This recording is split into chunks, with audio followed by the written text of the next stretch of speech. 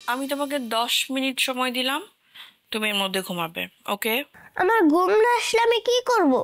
আপনি একটা গল্প বলেন। আমি গল্প বলতে জানি না তো, আমি গল্প বলতে পারি না। তাহলে আমি ঘুমাবো না। মুগ্ধ,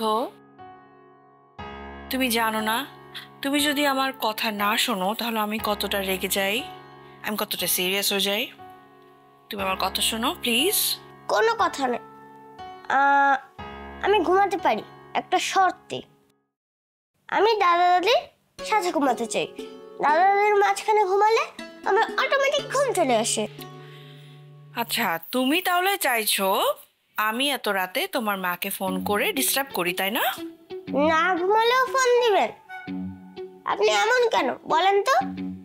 রিয়ালি আপনাকে আমার পছন্দ না।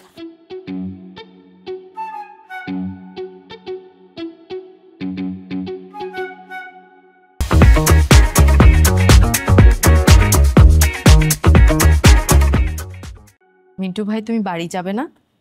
না, ভাবছিলাম একবার যাবো, আবার ভাবলাম না, যাবো না।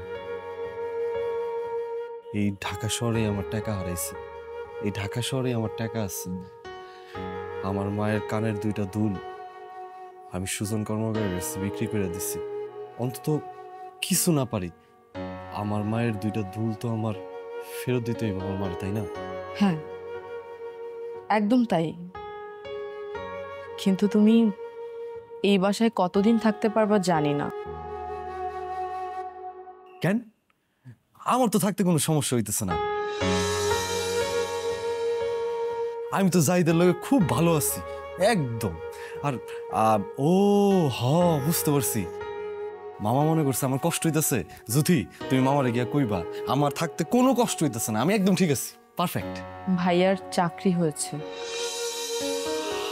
কি কইতেছো তুমি? আমার ভাইয়ের চাকরি হইছে? আমার ভাই কই?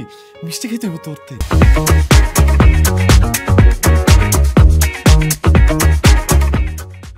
আস্তে আস্তে কথা বলো। জাহিদ ভাইকে এখন ডাকা যাবে না। তুমি বুঝতে পারছো না, ভাইয়া আছে বলেই তুমি এ বাসায় থাকতে পারছো। ভাইয়া চাকরিতে চলে গেলে তুমি আর থাকতে পারবে না। আরে কেলে আমি থাকতে পারবো না? যাই চলে গেলে তো আমি আরো ভালো করে থাকতে পারবো, আরামে এসে থাকতে পারবো ওর বিছনার মধ্যে, একদম হাত পা সাইড আমি ঘুমাবো।